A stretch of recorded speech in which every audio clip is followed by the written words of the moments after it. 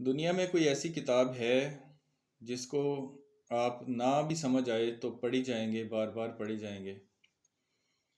یا حتیٰ کہ اگر آپ کی مادری زبان میں بھی وہ کتاب لکھی ہوئی ہے اور وہ زبان تھوڑی مشکل ہے، مشکل زبان میں لکھی ہوئی ہے، تو بھی آپ اس کے ایک دو صفحات پڑھیں گے اور آپ کہہ دیں گے کہ مجھے اس کی سمجھ نہیں آ رہی، تو آپ نہیں پڑھیں گے اس کو۔ تو دنیا میں ایک کتاب ہے جو بہت زیادہ پڑھی جاتی ہے اور بغیر سمجھے ہوئے، وہ ہے قرآن پاک۔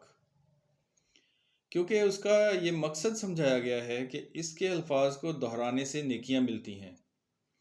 تو لوگ دہرا رہے ہیں بغیر سمجھے ہوئے۔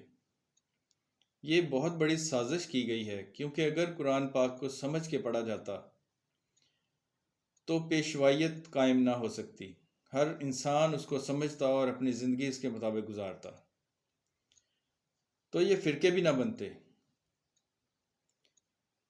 تو قرآن پاک کے خلاف بہت بڑی سازش ہے کہ اس کو سمجھا نہ جائے، اس لیے اس کا مقصد یہ بیان کر دیا گیا ہے کہ اس کو دہرائیں، ایک لفظ کی 10 نیکیاں ملتی ہیں۔